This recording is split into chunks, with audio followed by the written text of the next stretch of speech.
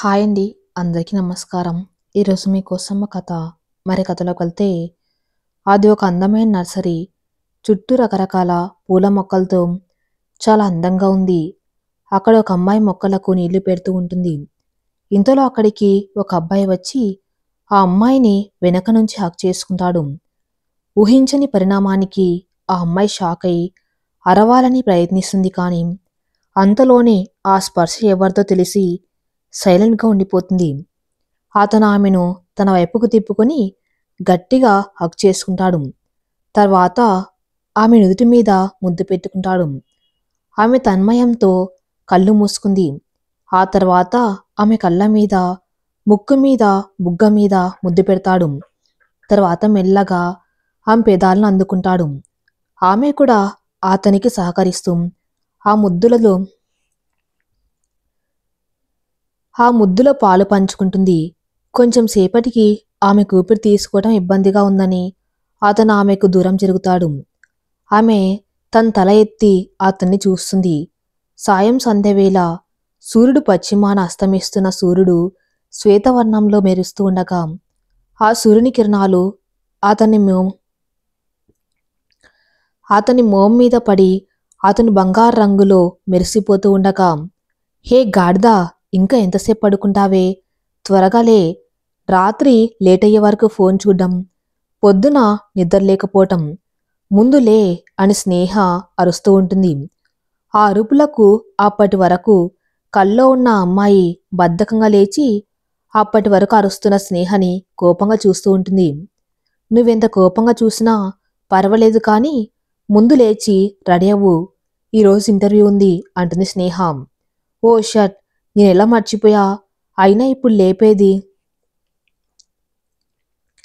అయినా ఇప్పుడా లేపేది అని స్నేహ మీద అరిచి టవల్ తీసుకుని ఫ్రెష్ అవ్వడానికి వెళ్తుంది. వెళ్తున్న అమ్మాయిని చూస్తూ చిన్నగా నవ్వుకుంటుంది స్నేహ. ఆరాధ్య తెల్లని మేనిచయ ఆరాధ్య తెల్లని మేనిఛాయ, పెద్ద కళ్ళు, చూడగానే ఆకట్టుకునే చిరునవ్వు, దివి నుంచి భూమికి దిగి వచ్చిన దేవకన్యలా ఉంటుంది. ఆద్య కూడా రెడీ అయిపోయాక ఇద్దరు కలిసి టిఫిన్ చేసి వాళ్ళ స్కూటీలో ఇంటర్వ్యూకి బయలుదేరతారు. ఏంటే, ఈరోజు కూడా అదే కల వచ్చిందా అంటుంది స్నేహ. హా అవునే అంటుంది ఆద్య. అయితే ఈ రోజైనా అతని మొహం చూసావా అంటుంది స్నేహ. లేదే, ఈరోజు అతని మొహం చూసే లోపలే నువ్వు నువ్వు డైనోసార్ లాగా అరుస్తూ నన్ను లేపేశావు అని ఏడుపుమొహం పెడుతుంది. హాహాహా, అయినా అదేంటి, కాలేజ్ నుంచి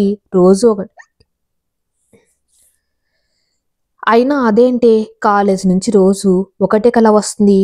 ఏమోనే, నాకదే అర్థం కావటం లేదు. అలా మాట్లాడుకుంటూనే ఇంటర్వ్యూ జరిగే ప్లేస్కి వచ్చేస్తారు. స్కూటీ పార్క్ చేసి రిసెప్షన్లో ఇంటర్వ్యూ గురించి అడుగుతారు. రిసెప్షనిస్టు సెకండ్ ఫ్లోర్ అని చెప్పటంతో ఇద్దరు కూడా లిఫ్ట్లో సెకండ్ ఫ్లోర్కి వెళ్తారు. అక్కడ చాలామంది ఇంటర్వ్యూకి వచ్చి ఉంటారు. ఏంటి ఇది, వరద బాధితులు పులిహోర పొట్లాల కోసం వచ్చినట్టు ఇంతమంది వచ్చారు అని స్నేహకు మాత్రమే వినిపించేలా అంటుంది ఆద్య. హా, నాకు కూడా అలానే అనిపిస్తుంది. ఇంతమందిలో మనకు జాబ్ వస్తుందంటావా, నాకెందుకో టైం వేస్ట్ అనిపిస్తుంది అంటుంది స్నేహ. అలా ఏం కాదులే, జస్ట్ మన ట్రయల్ మనం వేద్దాం, అదృష్టం ఉంటే వస్తుంది, లేకపోతే లైట్. అంతలే, పద అని అక్కడ ఖాళీగా ఉన్న సీట్లో కూర్చుంటారు. ఆద్య, ఏంటిది, నాకెందుకింత అలజడిగా ఉంది, నా గుండె ఎందుకింత వేగంగా కొట్టుకుంటుంది అని తన గుండెను కంట్రోల్ చేసుకుంటూ ఉంటుంది. మళ్ళీ తనే ఇంటర్వ్యూ టెన్షన్ వల్ల ఇలా అవుతుందని తనకు తాను సర్ది చెప్పుకుంటూ ఉంటుంది. ఇంతలో స్నేహ పేరు పిలవటంతో ఆద్య ఆల్ ద బెస్ట్ అని చెప్పి పంపిస్తుంది. కొంచెం సేపటికి స్నేహ చాలా ఆనందంగా బయటకు వచ్చి ఆద్యను చుట్టేస్తూ నాకు జాబ్ వచ్చింది అని అంటుంది. దానికి ఆద్య స్నేహను హగ్ చేసుకుని కంగ్రాట్స్ చెప్తుంది. ఇంతలో ఆద్యను పిలవటంతో తను కూడా లోపలికి వెళ్తుంది. డోర్ దగ్గరికి వెళ్ళగానే ఆమె గుండె మరింత వేగంగా కొట్టుకుంటుంది. కంట్రోల్ బేబీ, అనవసరంగా టెన్షన్ పడకు అని తనకు తాను సర్ది చెప్పుకొని లోపలికి వెళ్తుంది. లోపలికి వెళ్ళిన తనకు అక్కడ ఒక సీట్ ఖాళీగా కనిపిస్తుంది, కానీ తను అవి ఏం పట్టించుకోకుండా లోపలికి వెళ్తుంది. ఒక గంట తర్వాత ఊసురుమనుకుంటూ బయటకు వచ్చిన ఆద్య స్నేహం చూసి అయిపోయింది, అంతా అయిపోయింది. ఈ రోజు నుంచి మన లైఫ్లో గోల్డెన్ డేస్ అన్నీ అయిపోయాయి అని అంటుంది. ఏమైంది, ఎందుకలా ఉన్నావు, జాబ్ రాలేదా, సరేలే మళ్ళీ వేరే చోట ట్రై చేద్దాం అంటుంది స్నేహ. అదేంటి, నీకు జాబ్ వచ్చింది కదా అంటుంది ఆద్య. నీకు తెలుసు కదా, నువ్వెక్కడ ఉంటే నేను అక్కడే అని అంటుంది స్నేహ. స్నేహ అలా అనేసరికి కళ్ళల్లో నీళ్లు తిరగ్గా స్నేహని పట్టుకుని నాకు జాబ్ వచ్చింది అని చెప్తుంది. దానికి స్నేహకి చాలా సంతోషంగా అనిపిస్తుంది. ఇద్దరు ఎంతో ఆనందంగా అక్కడి నుంచి ఇల్లు చేరుతారు. ఆ రోజు జరిగిందంతా గుర్తెచ్చుకుంటూ వాటి గురించి మాట్లాడుకుంటూ ఎప్పటికో పడుకుంటారు. నెక్స్ట్ డే మళ్ళీ అదే కల వస్తుంది. స్నేహ కూడా అలానే లేపుతుంది. ఇద్దరు కలిసి షాపింగ్కి వెళ్తారు. 2 డేస్లో ఆఫీస్లో జాయిన్ అవ్వాలి కాబట్టి దానికి కావాల్సిన షాపింగ్ చేస్తారు. అక్కడ కూడా ఆద్యకు మళ్ళీ అలజడిగా అనిపిస్తుంది, కానీ దాన్ని పట్టించుకోకుండా షాపింగ్లో మునిగిపోతుంది. అలా 2 రోజులు గడిచాయి.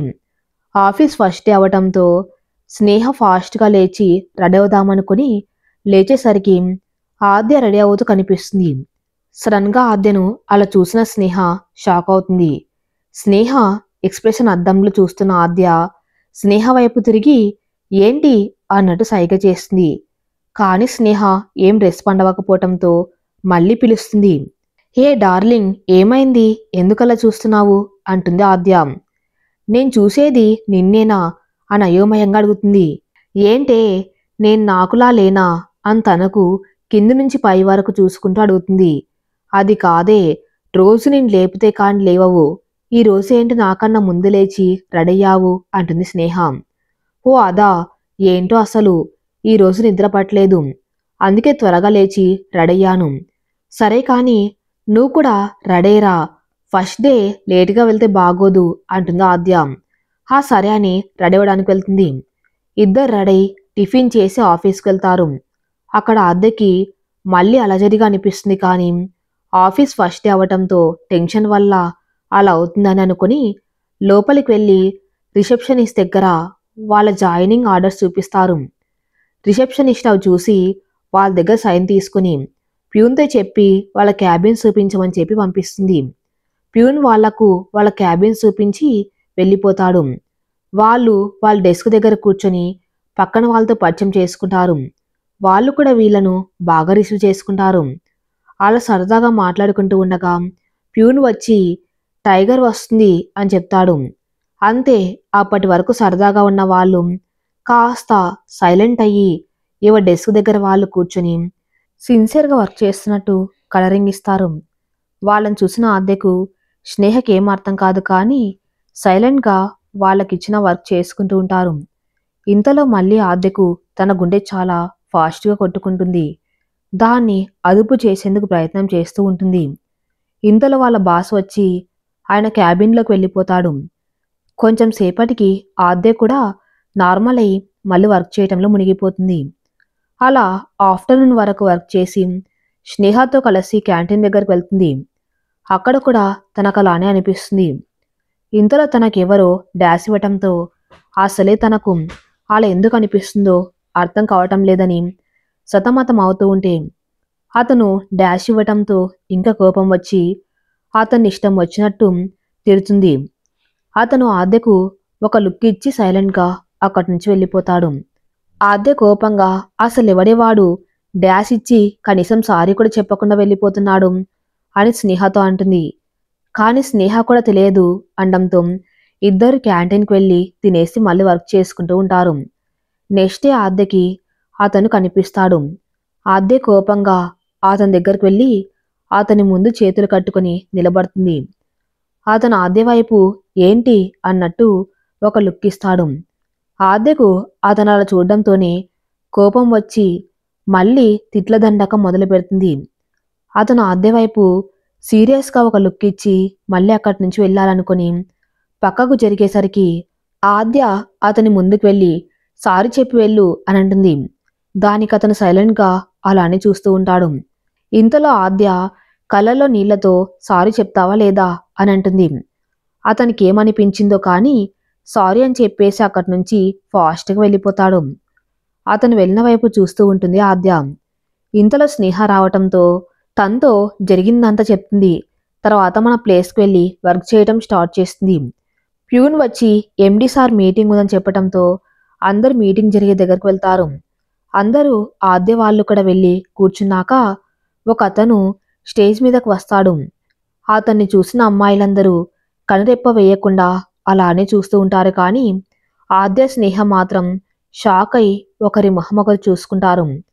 ఎందుకంటే వచ్చింది ఎవరో కాదు, ఆద్య సారీ చెప్పించుకున్న అతను.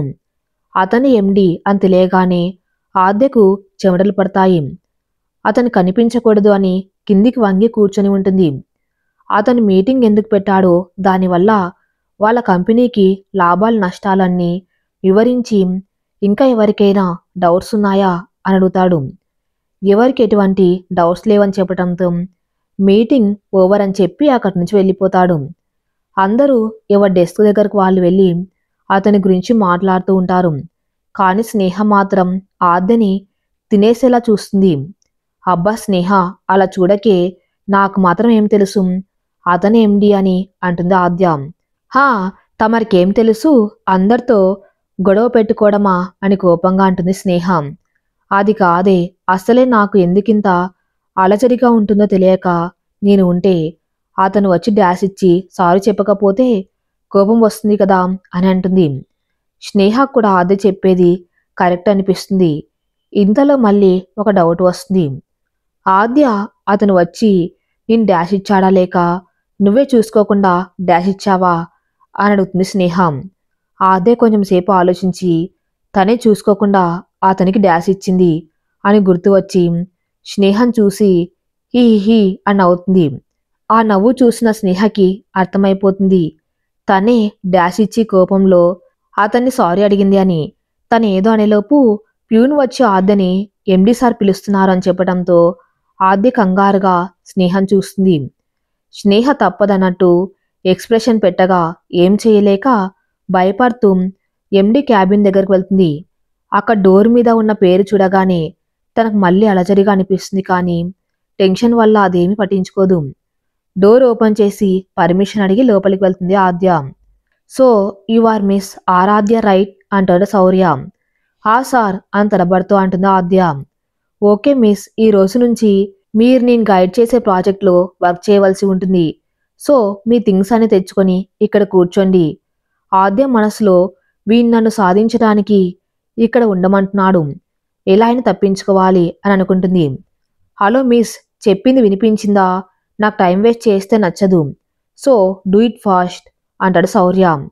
సార్, అది నేను నా ప్లేస్లో కూర్చొని వర్క్ చేస్తాను అని తడబడుతూ చెప్తుంది ఆద్య. సీరియస్గా ఒక లుక్ ఇచ్చి డూ వాట్ ఐ సే అని అంటాడు. శౌర్య అంత సీరియస్గా చెప్పేసరికి చేసేదేమీ లేక తన్ని తిట్టుకుంటూ తన థింగ్స్ తెచ్చుకోవడానికి వెళ్తుంది.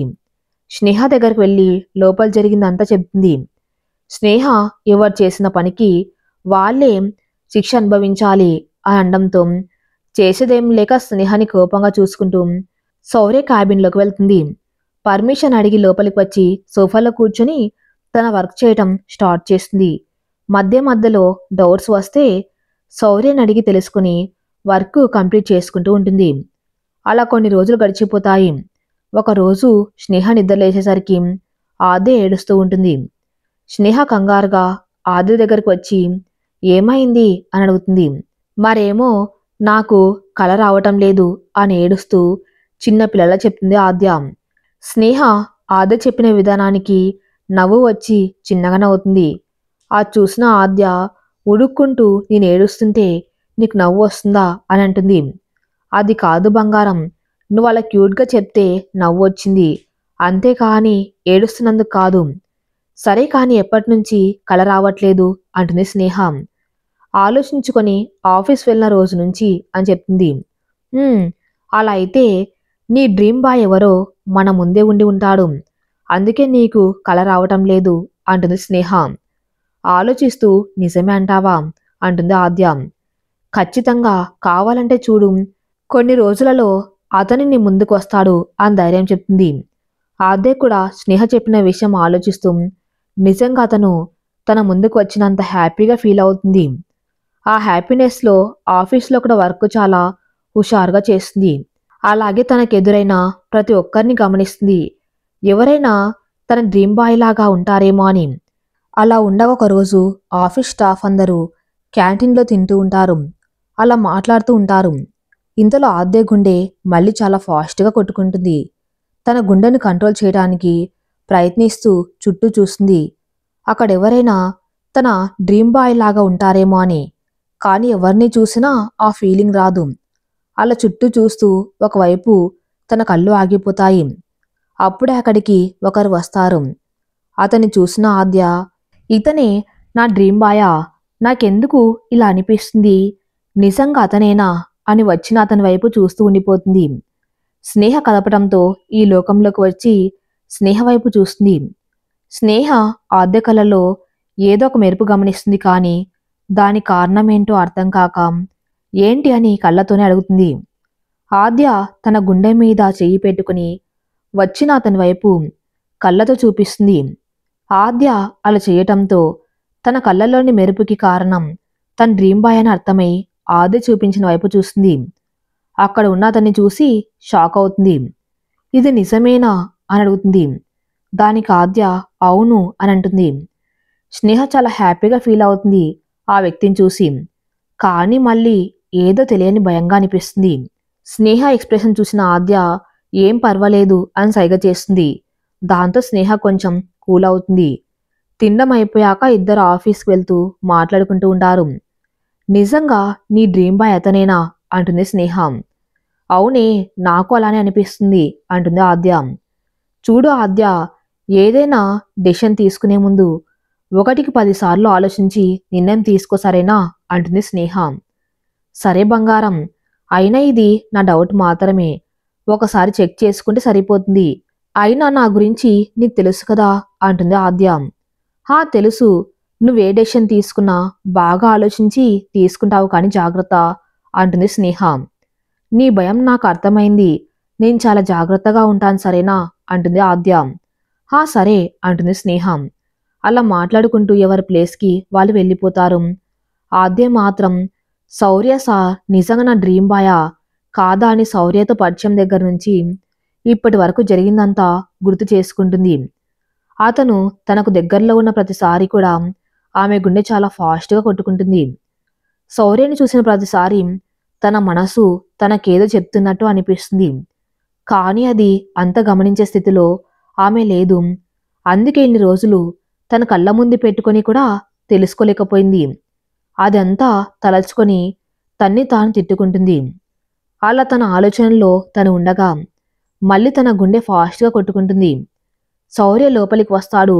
అలా వచ్చిన శౌర్యని కళ్ళు ఆర్పకుండా చూస్తూనే ఉంటుంది. ఇన్ని రోజులు నా పక్కనే ఉన్నా కూడా తెలుసుకోలేకపోయాను. నిజంగా నాకన్నా తింగర్ది ఎక్కడ ఉండదు. ఒకవేళ నేను ఈ విషయం చెప్తే మీరు నమ్ముతారా సార్? లేకపోతే నేను కూడా అందరు అమ్మాయిల్లాగా అని అనుకుంటారా? నాకు చాలా భయంగా ఉంది కన్నా. ఒకవేళ నేనంటే నీకిష్టం లేకపోతే మీరు కనీసం నా వైపు కూడా చూడవు కదా అని కళ్ళల్లో నీళ్లు తిరుగుతూ ఉండగా అనుకుంటుంది. ఇంతలో శౌర్యకు తన్నెవరో పట్టి పట్టి చూస్తున్నట్టు అనిపించి చుట్టూ చూస్తాడు. అలా చూస్తున్న తనకు ఆద్య తన్నే చూస్తుంది అని తెలిసి ఏంటి అన్నట్టు కళ్ళతో అడుగుతాడు. శౌర్య అలా అడగటంతో అప్పటి వరకు తన్నే చూస్తున్న ఆద్య తడబర్తి ఏం లేదని చెప్పి తలదించుకొని తనలో తనే సిగ్గుపడుతుంది. శౌర్య మళ్ళీ తన వర్క్లో మునిగిపోతారు. ఆద్య మాత్రం శౌర్య గురించి ఆలోచిస్తూ అతనికి సైట్ కొడుతూ ఉంటుంది. ఆద్య మనసులో అబ్బా ఎంత అందంగా ఉన్నావు కన్నయ్యా, నిజంగా నేను కాని కవినైతే నీ గురించి ఈ పాటికి ఓ కవిత రాసేదాన్ని. కానీ ఏం చేస్తాం, మనకు ఆ టాలెంట్ లేదు కదా. ఈసారి ఇలా అడ్జస్ట్ అయిపో. నెక్స్ట్ జన్మలో నీకోసం అన్నీ నేర్చుకుంటా. అంత బాగానే ఉంది కానీ నువ్వు ఎవరిని లవ్ చేయలేదు కదా. ఒకవేళ నీ లైఫ్లో ఎవరైనా ఉంటే ఆ మాట అనుకోగానే మనసంతా చాలా బాధగా అనిపిస్తుంది. అలా ఆలోచిస్తూ సోఫాకి తల ఆనించి మెల్లగా నిద్రలోకి జారుకుంటుంది. అప్పటి వరకు ల్యాప్టాప్లో చూస్తున్న శౌర్య ఆద్య పడుకోగానే తన వైపుకు తిరిగి తన్నే చూస్తూ చిన్నగా నవ్వుకుంటాడు. అలా పడుకున్న ఆద్యను చూస్తూ చైర్లో నుంచి లేచి ఆద్య దగ్గరకు వెళ్ళి మోకాల మీద కూర్చొని ఎంత క్యూట్గా పడుకున్నావే రాక్షసి అనుకుంటాడు. నాకు మాత్రం నిద్ర లేకుండా చేసి నువ్వు మాత్రం శుభ్రంగా పడుకుంటున్నావు అని ఆద్యని చూస్తూ ఉంటాడు. గాలికి తన ముంగుర్లు మొహం మీద పడి అల్లరి చేస్తూ ఉంటే నిద్రలోని ఆద్య ఇబ్బందిగా మొహం పెడుతుంది. అది గమనించిన శౌర్య ఆ ముంగుర్లు ఆద్య చెవి వెనకాల పెడతాడు. దాంతో తన మొహం మీద చిరునవ్వు వస్తుంది. ఆ నవ్వును చూసిన శౌర్య ఈ నవ్వుతోనే కదే నన్ను పడేశావు అని ఆద్యని చూస్తూ ఉంటాడు. కూర్చొని పడుకోవటం వల్ల తనకి ఇబ్బందిగా ఉందని గ్రహించి సోఫాలో పడుకోబెట్టి తల కింద పిల్లో పెట్టి తన్నే చూస్తూ ఎంత ముద్దుగా ఉన్నావే పప్పి అని తన నుదుటి మీద చిన్నగా ముద్దు పెట్టుకుంటాడు. శౌర్య సారీ పప్పి, నిజానికి నీ పర్మిషన్ అడిగి ముద్దు పెట్టుకోవాలి కానీ నా పప్పి దగ్గర నాకు పర్మిషన్ ఏంటి అని పెట్టేశాం. ఆ విషయం తెలిస్తే ఏమంటావో? ఏమన్నా పర్లేదులే, ఎంతైనా నువ్వు నా కుట్టి పప్పివి కదా అని అనుకుంటాడు. ఇంతలో ఆద్య కదలటంతో చూస్తే గొడవ చేస్తుందని లేచి బయటకు వెళ్ళిపోతాడు. ఆద్య లేచేసరికి శౌర్య ఎక్కడ ఉండడు. అప్పుడు గుర్తుకు వస్తుంది తను పడుకున్న పొజిషన్, లేచిన పొజిషన్ వేరే అని. తనను శౌర్య అలా పడుకోబెట్టాడు అని అనుకోగానే తన మనస్సు గాల్లో తేలుతుంది. ఆ రోజు నుంచి ప్రతిరోజు శౌర్యకి తెలియకుండా ఆద్య, ఆద్యకి తెలియకుండా శౌర్య ఒకరికొకరు సైట్ కొట్టుకుంటూ ఉంటారు. 6 రోజులు గడుస్తున్నాయి. ఒకరి మీద ఒకరికి అంతులేని ప్రేమను పెంచుకుంటారు కానీ ఒకరికి ఒకరు వాళ్ళ ప్రేమను చెప్పుకోరు. ఇలా ఉండగా ఒకరోజు శౌర్య తన క్యాబిన్లో ఫోన్ మర్చిపోయి బయటకు వెళ్తాడు. ఇంతలో శౌర్య ఫోన్ రింగ్ అవుతూ ఉంటుంది. ఎంతసేపటికి శౌర్య రాకపోవటంతో ఏమైనా ఇంపార్టెంట్ కాలేమో అని ఆద్య శౌర్య ప్లేస్ దగ్గరకు వెళ్తుంది. ఇంతలో ఫోన్ రింగ్ అవ్వడం ఆగిపోతుంది. తను వెనక్కి వెళ్ళిపోదాం అనుకునేసరికి మళ్ళీ ఫోన్ రింగ్ అయి ఆగిపోతుంది. అప్పుడు డిస్ప్లే మీద ఉన్న ఫోటో చూసి షాక్ అవుతుంది. అప్పుడే లోపలికి వచ్చిన శౌర్య ఆద్య చేతిలో ఉన్న తన ఫోటో చూసి షాక్ అవుతాడు. వెంటనే వెళ్ళి తన చేతిలోని ఫోన్ తీసుకుంటాడు. ఆద్య శౌర్యను ఒక చూపు చూసి అక్కడి నుంచి బయటకు వెళ్ళిపోతుంది. శౌర్య కూడా తన్ను పిలుస్తూ ఆద్య వెనకాల వెళ్తాడు. అప్పటికి సాయంత్రం అవటంతో ఆఫీసులో స్టాఫ్ కూడా ఎవరు ఉండరు. స్నేహ ఆద్య కోసం వెయిట్ చేస్తూ అక్కడే ఉంటుంది.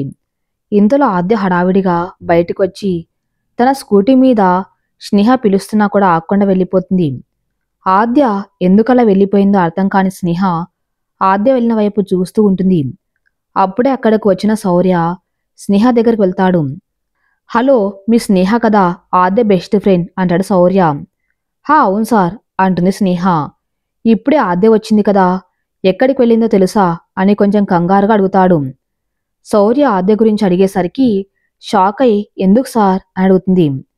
స్నేహ అలా అడగడంతో చెప్పాలా వద్దా అని కొంచెంసేపు ఆలోచించి ఆమె తన బెస్ట్ ఫ్రెండ్ కావటంతో తనకు చెప్తే ఎలాంటి ప్రాబ్లం ఉండదు అని జరిగిందంతా స్నేహకి చెప్తాడు. అంతా విన్న స్నేహ ఎగ్జైట్ అవుతూ మీరు చెప్పింది నిజమా అని అంటుంది. స్నేహ ఎందుకంత ఎగ్జైట్ అవుతుందో అర్థం కాక తన అయోమయంగా చూస్తూ హా అవును, అయినా నేనెందుకు అబద్ధం చెప్తాను అని అంటాడు. దానికి స్నేహ చాలా హ్యాపీగా ఫీల్ అవుతూ థ్యాంక్ యూ వెరీ మచ్ అని అంటుంది. శౌర్య కొంచెం అసహనంగా హలో పాప, నేను చెప్పేది నీ గురించి కాదమ్మా, మీ ఫ్రెండ్ గురించి అని అంటాడు. అయ్యో అన్నయ్య, అది నాకు మాత్రం తెలియదా ఏంటి, నేను థ్యాంక్స్ చెప్తుంది కూడా ఆద్య కోసమే అంటుంది స్నేహ. కొంచెం కన్ఫ్యూజ్ అవుతూ ఏంటి ఏమన్నావు అని అడుగుతాడు. స్నేహ తనను అన్నయ్య అని పిలిచేసరికి ఓ సారీ సార్, అమ్మాయిలు ఫ్రెండ్ లవర్ని అన్నయ్య అని పిలుస్తారు, అందుకే నేను మిమ్మల్ని అలా పిలిచాను అని క్లారిఫికేషన్ ఇస్తుంది. స్నేహ ఏమన్నది అర్థం చేసుకుని ఎగ్జైట్ అవుతాడు కానీ వెంటనే నేను మీ ఫ్రెండ్ని లవ్ చేస్తున్నా కానీ తను నన్ను లవ్ చేయట్లేదు కదా అని నీరసంగా చెప్తాడు. అయ్యో, ఆద్యకు మీరంటే చాలా ఇష్టం, అది మిమ్మల్ని ప్రాణం కన్నా ఎక్కువగా ప్రేమిస్తుంది అని చెప్పింది స్నేహ. స్నేహ చెప్పింది విని నిజంగా చెప్తున్నావా, తను కూడా నన్ను లవ్ చేస్తుందా, కానీ ఎప్పటినుంచి అసలు నాకెందుకు చెప్పలేదు అని అడుగుతాడు. సా దాని ప్రేమ తను చెప్తేనే బాగుంటుంది. పైగా నేను చెప్పేశాననుకోండి, మా రాక్షసి నన్ను చంపేస్తుంది అని అంటుంది స్నేహ. దానికి శౌర్య ఆద్య కోపంగా ఉన్న ఫేస్ గుర్తెచ్చుకుంటాడు. దాంతో అతని పెదాలపై చిన్నగా నవ్వొస్తుంది.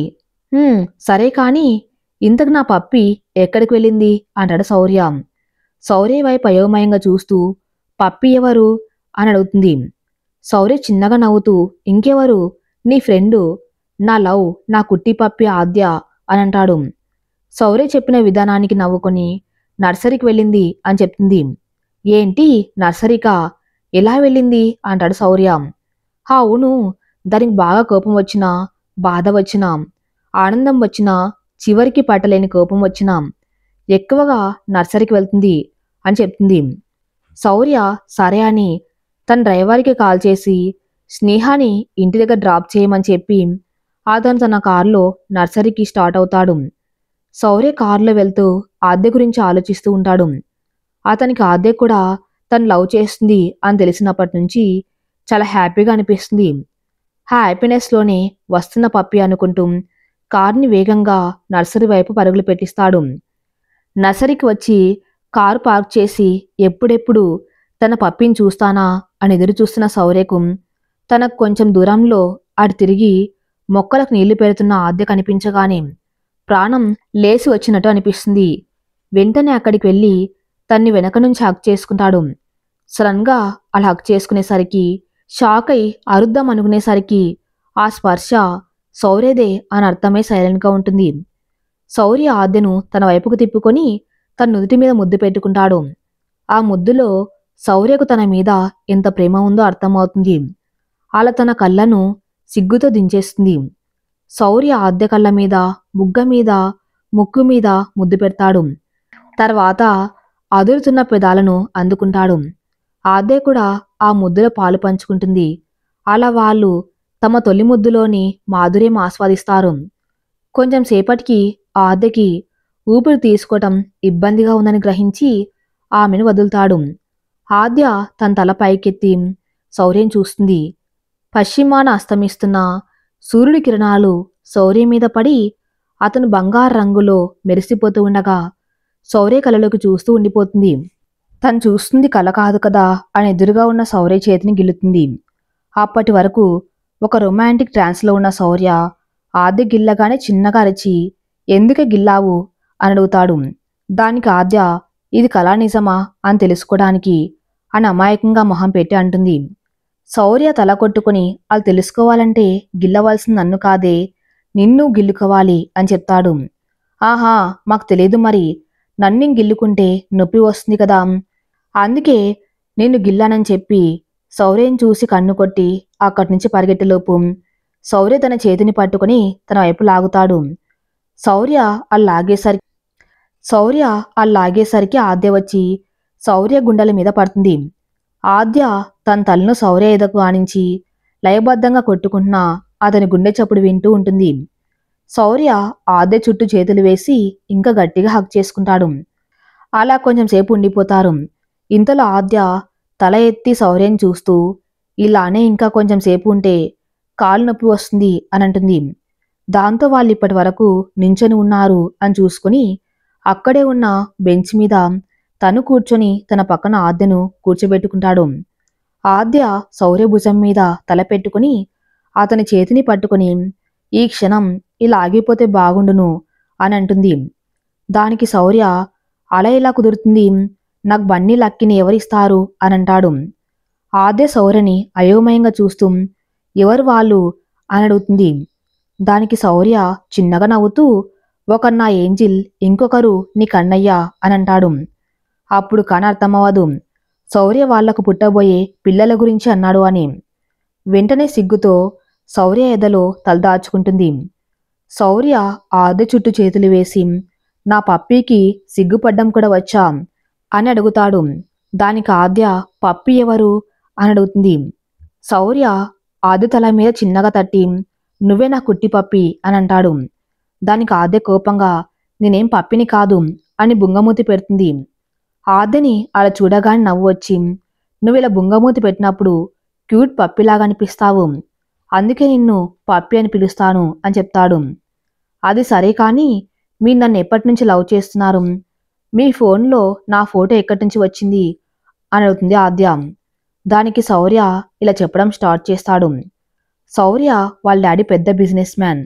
కానీ శౌర్యకు తన కాళ్ళ మీద తను నిలబడాలని సొంతంగా ఒక కంపెనీ పెడతాడు. శౌర్య త్వరగా లే నాన్న, గుడికి టైం అవుతుంది అని శౌర్యని లేపుతున్నారు శౌర్య వాళ్ళ అమ్మగారు. అబ్బా అమ్మా, ఇంకాసేపు పడుకొని ప్లీజ్ అంటాడు శౌర్య. అది కాదు నాన్న, ఈరోజు నీతో పూజ చేయించమని పంతులు గారు చెప్పారు, నువ్వు త్వరగా లే అంటుంది వాళ్ళమ్మ. ఆ పంతులకి వేరే పనే లేదా, ఎప్పుడు నన్నే బుక్ చేయాలని చూస్తారు అంటాడు శౌర్య. తప్పు కన్నా అలా మాట్లాడకూడదు, లేచి రెడీ అవ్వు అంటుంది వాళ్ళమ్మ. శౌర్యక తప్పక లేచి రెడీ కిందికి వెళ్తాడు.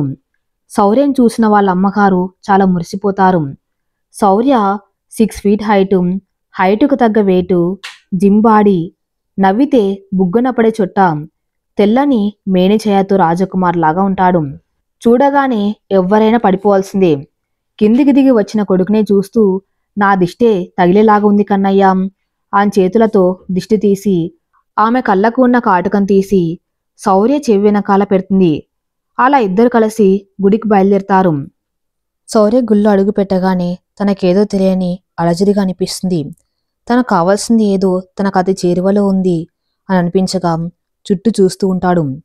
కానీ అక్కడ తనకు అలాంటిది ఏమి కనిపించదు. ఇంతలో ఎక్కడినుంచో పిల్లల అరుపులు వినిపిస్తాయి. అటుగా వెళ్ళి చూసిన శౌర్య ఏదో అద్భుతాన్ని చూసినట్టు చూస్తూ ఉంటాడు. అక్కడ ఒక అమ్మాయి బ్లూ కలర్ శారీలో కొన్ని నగలు పెట్టుకొని, కళ్ళకు కాటుక, చెవులకు పెద్ద పెద్ద కమ్మలు పెట్టుకుని, లైట్ మేకప్ వేసుకొని చూడ్డానికి దేవకన్యలా ఉంది. చిన్నపిల్లలను చుట్టూ కూర్చోబెట్టుకుని వాళ్ళ కబుర్లు చెప్పుకుంటూ వాళ్లతో గేమ్స్ ఆడిస్తూ ఉంది.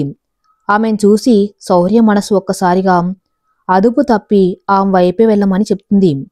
ఇంతలో ఒక అమ్మాయి ఆమెను పిలవటంతో అక్కడ్నుంచి ఆ అమ్మాయి దగ్గరికి వెళ్తుంది.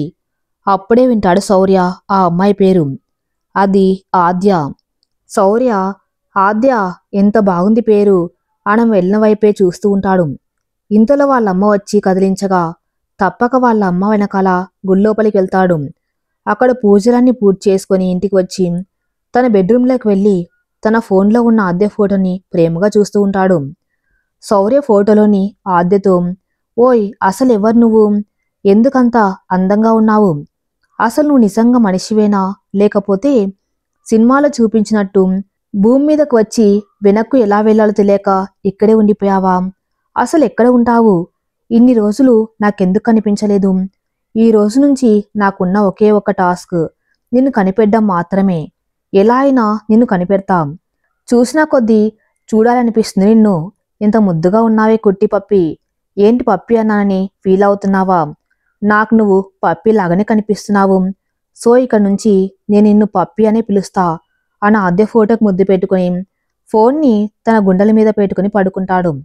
ఆ రోజు నుంచి ప్రతిరోజు ఆద్య కోసం ప్రతి చోట వెతుకుతూ ఉంటాడు. కానీ ఎక్కడా కనిపించదు. శౌర్య కూడా నిరాశ పడకుండా రోజు వెతుకుతూనే ఉండేవాడు. అలా ఉండగా ఒకరోజు తన కంపెనీలో ఇంటర్వ్యూ జరుగుతూ ఉంటాయి. ఆ రోజు శౌర్య కూడా ఇంటర్వ్యూ ప్రాసెస్లో ఉండి తనకు క్యాపబుల్ అనిపించిన క్యాండిడేట్స్ని సెలెక్ట్ చేస్తూ ఉంటాడు. ఇంతలో తనకు మళ్ళీ అలజడిగా అనిపిస్తుంది. తన గుండె చాలా ఫాస్ట్గా కొట్టుకుంటుంది. అదెందుకో శౌర్యకు అర్థమవుతుంది. శౌర్య మనసులో నా పప్పి ఇక్కడికి వచ్చినట్టు ఉంది అనుకుంటూ ఉంటాడు. ఇప్పుడు ఇక్కడ తన్ను ఆద్య చూడకూడదు అనుకుని అక్కడి నుంచి పక్క క్యాబిన్లో, అంటే ఆ రూమ్లోని ఇంకో క్యాబిన్లోకి వెళ్ళిపోతాడు. అప్పుడే డోర్ ఓపెన్ చేసుకుని ఆద్య లోపలికి వస్తుంది. కొన్ని నిమిషాల పాటు అలానే తన్ను చూస్తూ ఉంటాడు. మనసులో బంగారం, నేను చాలా రోజుల నుంచి వెతుకుతున్నాను కానీ కనిపించలేదు, ఇప్పుడు నీ అంతటి నువ్వే నన్ను వెతుక్కుంటూ వచ్చావా, ఈ రోజు నుంచి ప్రతిరోజు నిన్ను చూస్తూ గడిపేస్తా బంగారం అనుకుంటూ ఆద్యని తన కళ్ళల్లో నింపుకుంటూ ఉంటాడు. అక్కడ ఆద్య చాలా కాన్ఫిడెంట్గా ఆన్సర్ చెబుతూ ఉంటుంది. తనను అలా చూసిన శౌర్యకి చాలా హ్యాపీగా మరియు గర్వంగా ఉంటుంది. తన పప్పి అంత బాగా ఆన్సర్ చేస్తున్నందుకు. అలా శౌర్య ఆద్య వెళ్ళిన తర్వాత తన వెనక ఫాలో అవుతూ వెళ్తాడు. ఇంతలో స్నేహ ఆద్య మాట్లాడుకోవటం గమనించి దూరం నుంచి గమనిస్తూ ఉంటాడు. అప్పుడే అర్థమవుతుంది వాళ్ళిద్దరి మధ్య ఉన్న బంధం. తర్వాత ఆద్య వాళ్ళు అక్కడి నుంచి వెళ్ళిపోతారు. శౌర్య కూడా ఏదో మీటింగ్ ఉందని మీటింగ్కి వెళ్ళిపోతాడు. నెక్స్ట్ డే శౌర్య వాళ్ళ అమ్మతో కలిసి షాపింగ్కి వెళ్తారు. అక్కడ కూడా తన గుండె కొట్టుకోవడంతో తన పప్పీ కోసం చుట్టూ వెతుకుతూ ఉంటాడు. ఒక దగ్గర స్నేహ ఆద్య కలిసి షాపింగ్ చేస్తూ ఉంటారు. ఆద్య వాళ్ళ షాపింగ్ అయ్యే వరకు వాళ్ళ చుట్టూనే తిరుగుతూ ఉంటాడు. తనకు అక్కడ ఒక డ్రెస్ నచ్చి అది ప్యాక్ చేయమని చెప్తాడు. తర్వాత వాళ్ళు వెళ్ళగానే వాళ్ళ అమ్మతో కలిసి ఇంటికి వెళ్ళిపోతాడు. ఆద్య ఆఫీస్కి వచ్చే రోజు కోసం కళ్ళు కాయలు కాచేలా ఎదురు చూస్తూ ఉంటాడు. తన ఎదురు చూపులు ఫలించి ఆద్య ఆఫీస్కి వస్తుంది. శౌర్య తన పప్పి వస్తుందని రోజుకన్నా బాగా రెడీ ఆఫీస్కి వస్తాడు. కానీ ఆద్య శౌర్యం చూడదు. కారణం తన హార్ట్ బీటు రైజ్ అవ్వటం. శౌర్య మాత్రం ఆద్యనే చూస్తూ వెళ్తాడు కానీ అదెవరూ గమనించరు. మార్నింగ్ అంతా తన ల్యాప్టాప్లో ఆద్యనే చూస్తూ ఉంటాడు. ఆద్య క్యాంటీన్కి వెళ్తుంది. అంత అను కూడా వేరే వైపు నుంచి ఆద్యకు ఎదురు వచ్చి కావాలని డాష్ ఇస్తాడు. అసలే ఫ్రస్ట్రేషన్లో ఉన్న ఆద్య తనకెవరు డాష్ ఇవ్వటంతో ఇష్టం వచ్చినట్టు తిడుతుంది. శౌర్య మాత్రం ఆద్యనే ప్రేమగా చూస్తూ ఉంటాడు. ఇంకెక్కువసేపు అక్కడే ఉంటే ఎక్కడ ఆద్యను హక్ చేసుకుంటానేమో అనే భయంతో అక్కడి నుంచి ఫాస్ట్గా వెళ్ళిపోతాడు. ఆద్య మాత్రం డాష్ ఇచ్చి సారీ చెప్పలేదని ఫుల్ కోపంగా ఉంటుంది. శౌర్య వెళ్ళిపోయాక కూడా అతన్ని తిట్టుకుంటూ క్యాంటీన్కి వెళ్తుంది. శౌర్య మాత్రం తన పప్పీని దగ్గర నుంచి చూశానని ఆనందంలో ఉంటాడు. ఆ రోజంతా అదే హ్యాపీనెస్లో ఆద్య మాటల్ని తలుచుకుంటూ ఉంటాడు. నెక్స్ట్ డే కావాలని మళ్ళీ ఆద్య కనిపిస్తాడు. ఆద్య శౌర్య ముందుకు వచ్చి చేతులు కట్టుకొని నిలబడుతుంది. శౌర్య కావాలని పక్క నుంచి వెళ్ళిపోతాడు. కానీ ఆద్య శౌర్య ముందుకు వెళ్ళి నిలబడుతుంది. ఆద్యను చూస్తే శౌర్యకు నవ్వు వస్తుంది కానీ నవ్వితే ఏమంటుందా అని చాలా కష్టపడి కంట్రోల్ చేసుకుంటూ ఉంటాడు.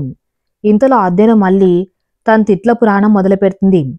శౌర్య మాత్రం అవేం వినకుండా తను మాట్లాడుతున్నప్పుడు లయబద్ధంగా ఊగుతున్న ఆమె జుంకీలను మాట్లాడుతూ మధ్య మధ్యలో తన మొహం మీద పడుతున్న ముంగుర్లను నోటితో ఉఫ్ఫని ఊదుకుంటూ చేతిని తన తిట్లకు అనుగుణంగా తిప్పుతూ తిడుతుంటే తన ఎర్రని పెదాలను చూస్తూ ఎక్కడ కంట్రోల్ తప్పుతానా అనుకొని పక్కకు వెళ్ళబోతాడు.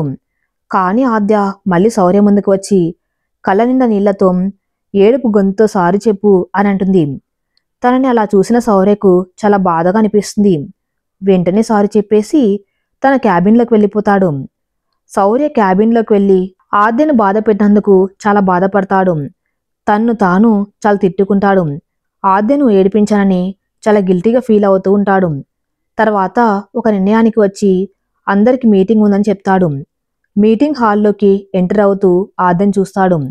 తను అక్కడ శౌర్యను చూసి కంగారు పడ్డం, తను కనిపించకూడదు అని కిందకి వంగి కూర్చోవటం అన్ని గమనించి తనలో తాను నవ్వుకుంటాడు.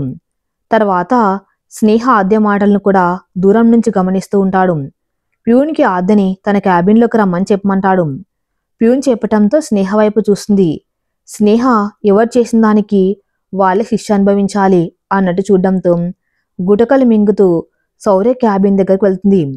అక్కడ డోర్ మీద ఉన్న శౌర్య పేరు చూడగానే ఆద్యకు మళ్ళీ అలజడిగా అనిపిస్తుంది కానీ టెన్షన్ వల్ల అంతగా పట్టించుకోదు. శౌర్య ఆద్యను తను లీడ్ చేసే ప్రాజెక్ట్లో వర్క్ చేయమని అంటాడు.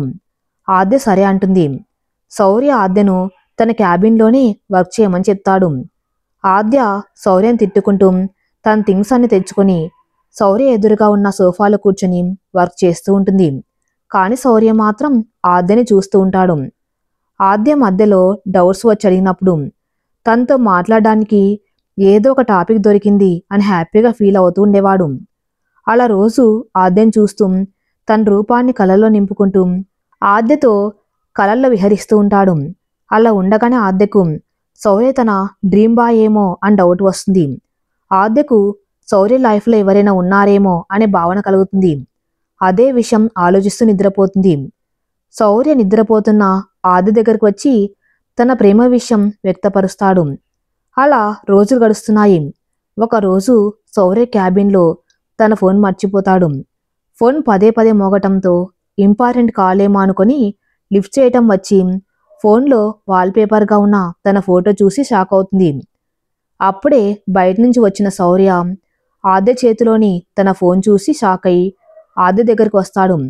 ఆద్య శౌర్య వైపు ఒక చూపు చూసి అక్కడి నుంచి వెళ్ళిపోతుంది. శౌర్య కూడా తన్ని పిలుస్తూ తన వెనకాల వస్తాడు. ఇక తర్వాత అంతా నీకు తెలిసిందే అని అంటాడు. అప్పటి వరకు శౌర్య చెప్పేది వింటూ శౌర్యని ప్రేమగా చూస్తూ ఉంటుంది. శౌర్య ఆద్యని ఇంకా దగ్గరగా తీసుకొని హే పప్పి ఎందుకలా చూస్తున్నావు అని అడుగుతాడు. ఆద్య కూడా శౌర్య ఎద మీద తల పెట్టుకుని ఇంత ప్రేమ మనసులో పెట్టుకుని ఎందుకులా చెప్పలేదు అని అడుగుతుంది. నేనంటే నీకు ఇష్టమా కాదా అని తెలియక చెప్పలేదు, మరి నువ్వెందుకు చెప్పలేదు అంటాడు శౌర్య. అది అని తలదించుకుంటుంది. శౌర్య ఆద్య తల పైకెత్తి చూస్తాడు. ఆద్య కళ్ళల్లో నీళ్లు చూసి కంగారుగా పప్పి ఎందుకు ఏడుస్తున్నావు అని అడుగుతాడు. దానికి ఆద్య ఫస్ట్ నుంచి ఇప్పటి వరకు జరిగిందంతా చెప్తుంది, తన డ్రీమ్తో సహా. శౌర్య ఆద్య కళ్ళు తుడుస్తూ పిచ్చి బంగారం, ఎంతమంది అమ్మాయిలు వచ్చినా నా పప్పి తప్ప నాకింకా ఎవరు వద్దు. అలానే ఇంతకుముందు ఇప్పుడు తర్వాత కూడా నువ్వు అమ్మ నా ఏంజిల్ తప్ప నా లైఫ్లో ఇంకో అమ్మాయి ఉండదు సరేనా అని తన నుదుటి మీద ముద్దు పెట్టుకుంటాడు. ఆద్య కూడా ఆ మాటలు విన్నాక చాలా సంతోషపడుతుంది. అలా ఎన్నో కబుర్లు చెప్పుకుంటూ ఉంటారు. అవునే వచ్చేసి అప్పుడు ఒక చూపు చూశావు కదా, దానికి అర్థం ఏంటి అంటాడు శౌర్య. నువ్వు కూడా నన్ను ప్రేమిస్తున్నావని తెలిసి చాలా హ్యాపీగా అనిపించింది, కానీ అది కనిపించనివ్వకుండా బ్లాంక్ ఫేస్తో బయటికి వచ్చేసాం. అలా అయితే నువ్వు కూడా నా వెనక వస్తావు కదా, అందుకే కానీ శౌర్యం చూసి కన్ను కొడుతుంది. ఆద్య తల మీద చిన్నగా తడుతూ ఎంత కంగారు పెట్టావే, ఎక్కడ నువ్వు హట్ అయ్యావో అని కంగారుగా వచ్చేసాం. అయ్యో సారీ కన్నా అని రెండు చెవులు పట్టుకుని క్యూట్గా చెప్తుంది ఆద్య. శౌర్య ఆద్య పెట్టిన ఎక్స్ప్రెషన్ చూసి చిన్నగా నవ్వుతూ తనకు దగ్గరగా తీసుకుంటాడు. హో షట్, నేను ఇక్కడికి వస్తున్నట్టు స్నేహకి చెప్పలేదు, ఆది టెన్షన్ పడుతుందేమో అంటుంది ఆద్య. ఏం టెన్షన్ పడదు పప్పి, నేను తనను డ్రైవర్కి ఇచ్చి ఇంటికి పంపించాను. అవునా అంటుంది ఆద్య. హా అవును అంటాడు శౌర్య. ఇంతకీ నేను ఇక్కడ ఉన్నానని ఎవరు చెప్పారు అంటుంది ఆద్య. ఇంకెవరు, నీ బెస్ట్ ఫ్రెండ్ స్నేహ అంటాడు శౌర్య. స్నేహ చెప్పిందా అంటుంది ఆద్య. హా అవును అని తనకు స్నేహకు మధ్య జరిగింది అంతా చెప్తాడు. శౌర్య కళ్ళలోకి చూస్తూ ఐ లవ్ యూ శౌర్య అని చెప్పి శౌర్య నుదుటి మీద ముద్దు పెడుతుంది. శౌర్య ఐ లవ్ యూ టు పప్పి అని చెప్పి ఆద్య పెదాలు అందుకుంటాడు. అలా చల్లని సాయంత్రం వెన్నెల వెలుగులో ఈ లోకాన్ని మర్చిపోయి తన ప్రియసఖి సాన్నిధ్యంలో భూమి మీద ఉన్న సంతోషం మొత్తం తన దగ్గర ఉన్నట్టు అనిపించి ఆద్యని చూస్తూ ఈ క్షణమే లాగిపోతే బాగుండు అని అనుకుంటాడు. ఆ మాట గ్రహించినట్లు అలా ఎలా కుదురుతుంది, ఇలాగే ఆగిపోతే నీకు నీ ఏంజెల్ నాకు నా కన్నయ్య ఎలా వస్తాడు అని క్యూట్ ఎక్స్ప్రెషన్ పెట్టి అడుగుతుంది. అది చూసిన శౌర్య పెద్దగా నవ్వుతూ ఆద్యని హత్తుకుంటాడు. అలా మన ఆద్య లైఫ్లోకి తన డ్రీమ్ బాయ్ అయిన శౌర్య వచ్చేశాడు. అప్పుడప్పుడు అలకలు, చిన్ని చిన్ని గిల్లి కచ్చాలు, అమితమైన ప్రేమతో ఈ కథ ఇంతటితో సమాప్తం. మరిన్ని మంచి స్టోరీస్ కోసం నా ఛానల్ని ఫాలో అవుతూ ఉండండి. Thank you for listening.